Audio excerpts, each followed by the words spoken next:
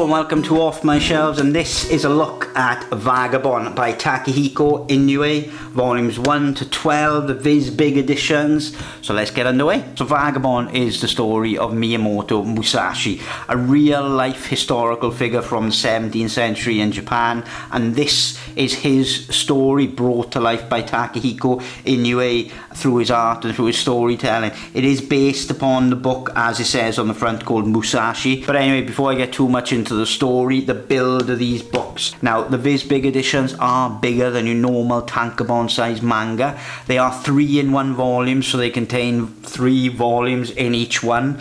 And they are great quality paper, to be fair. They're not like your standard tankobon paper. They're a bit of a level up from there. They are matte finish paper, but they are good quality paper. There's lots of coloured pages scattered in between, mainly at the start of each of the volumes that are in each book. But either way, they're mainly in black and white, as is normal for manga. Got some lovely French flaps with artwork on the inside. Really well made books. I have seen some people have some issues with the glue coming away and with the text block coming away with the binding, but I haven't had any issues with any of these volumes whatsoever, and touch wood, that's the same for you guys if you ever pick them up. But either way, as I said, this book charts the history of the real life historical figure Miyamoto Musashi. You start following Musashi when he's kind of like a wild man in the forest. His father was a swordsman, and you get more about his family upbringing scattered throughout the book. But in general, he kind of just lets loose as a young man and wants to be the best swordsman. He wants to be the strongest under the sun. Invincible under the sun, as he puts it. But the book starts out at the Battle of Sekigahara, and that is in the turn of the 1600s, and that is when Japan's history really changed, and when Miyamoto Musashi really kind of came into being, because it was his first proper jump into all-out warfare, and he wanted to go there because he wanted to be invincible. He'd been fighting in battles since he was 13, finding out the hardest people in the town so he can fight against them and become better and better and better.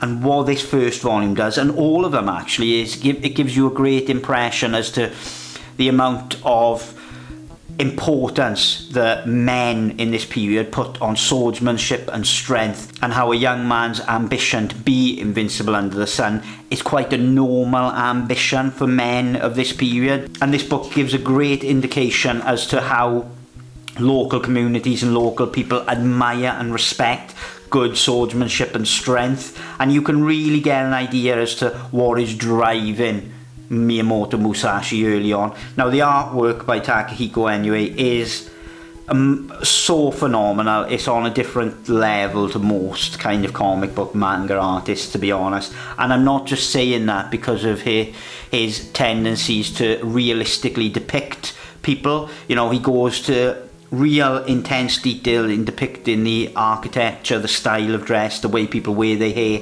the equipment and swords and things they use. He goes into amazing detail to make sure this is historically accurate. But that isn't the thing that really blows me away. The thing that really blows me away is how he allows the artwork to drive and tell the story. And what I mean by that more than anything else is he's not afraid to allow the panels to be silent and to give an indication of the environment people are in, to give an indication of the weather, of the wind, of how people are feeling without saying anything, the expressions on their face. He does so much with his artwork to set the scene and to give atmosphere to each scene that it blows me away. I think I described it once to someone who was asking what it's about as like a spaghetti western in book form, really. And what I mean by that is if you see, you know, The Good, the Bad and the Ugly, or any Sergio Leone film, as a filmmaker, he takes amazing time to actually set the scene and the environment and really cut away and have long moments of silence and long moments of atmosphere. And this book does that. It revels in that scene setting.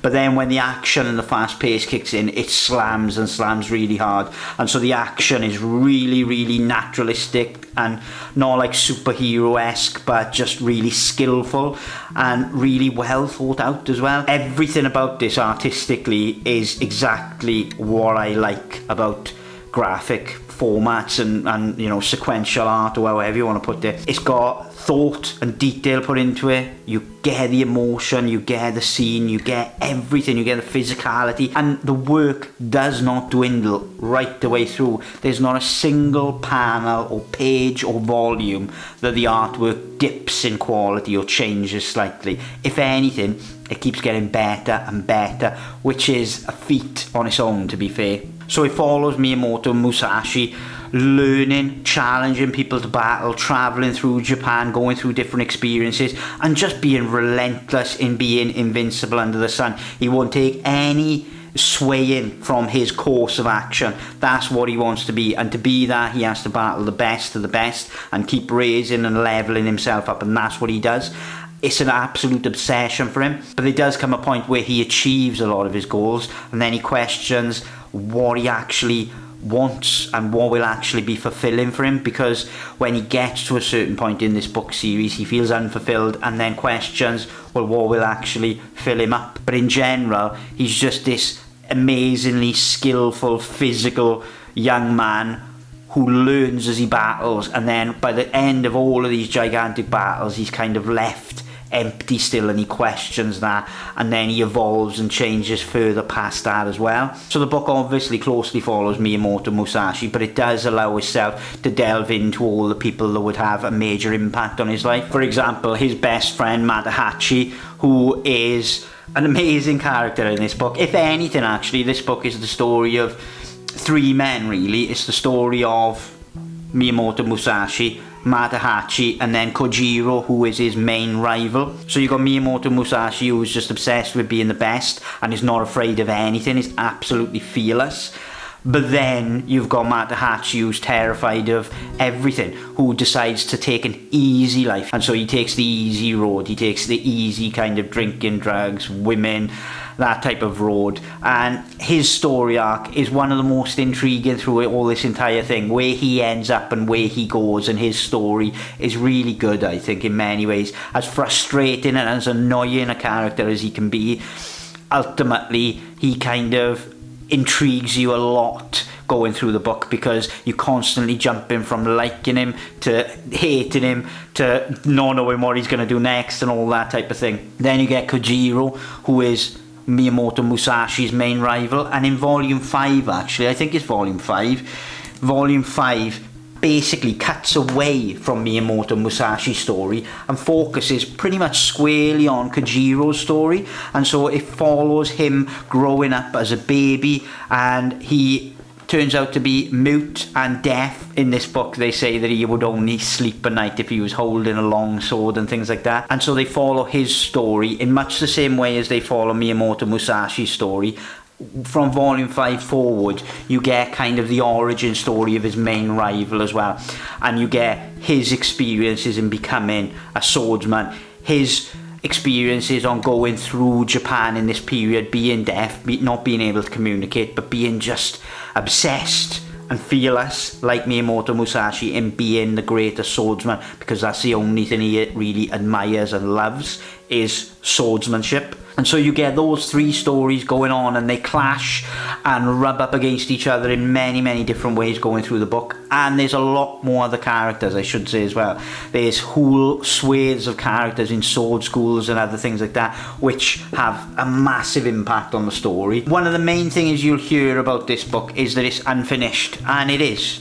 It's not totally finished. Volume 12 leaves you at a cliffhanger, and the series overall is on a hiatus. So Takehiko Inoue nearly put himself into an early grave completing and drawing this series, so he put it on hold, and it's unlikely that he'd revisit it. There are a couple of extra volumes that you can find digitally online past volume 12, but I think only 2 standard volumes beyond that, so one less than what they need for another Visbig. And so you're probably thinking, well, it's not worth it if it's not a complete story, and you would be wrong, because ultimately this story is not necessarily about ending, because Miyamoto Musashi's life goes on for quite some time. This series to come to an end in the pace is set in here would take another 12 volumes, I think, because Miyamoto Musashi would eventually become, you know, a philosopher and an author and an owner of a school of swordsmanship himself, and he'd have all this gigantic story going beyond this 12 series here. But what you've got here is you've got almost the first stage of his life. And yet you might leave some storylines unfinished, some battles not played out yet, but ultimately you do get such a feel for the character, you get such a feel for the period, you get such an amazing ride. I mean, the battle that builds in this series, the battle that finally makes Miyamoto Musashi realise that he's never going to be fulfilled as a swordsman, is mind-blowing and is worth the kind of price of admission for these volumes on its own. And then you go past and you get introduced to all other parts of Japan when he's searching for other answers. But you certainly get the first section of his life, I would say, him growing up and becoming a man and actually questioning what it is that he wants in life and what he can do in life that actually makes a difference to himself and others. I got nothing else to say. Vagabond is genuinely one of the greatest books I've read, and the artistry in it is just unparalleled, really. So hopefully you've enjoyed looking at Vagabond with me today. Thank you very much for watching, and I will catch you on the next one.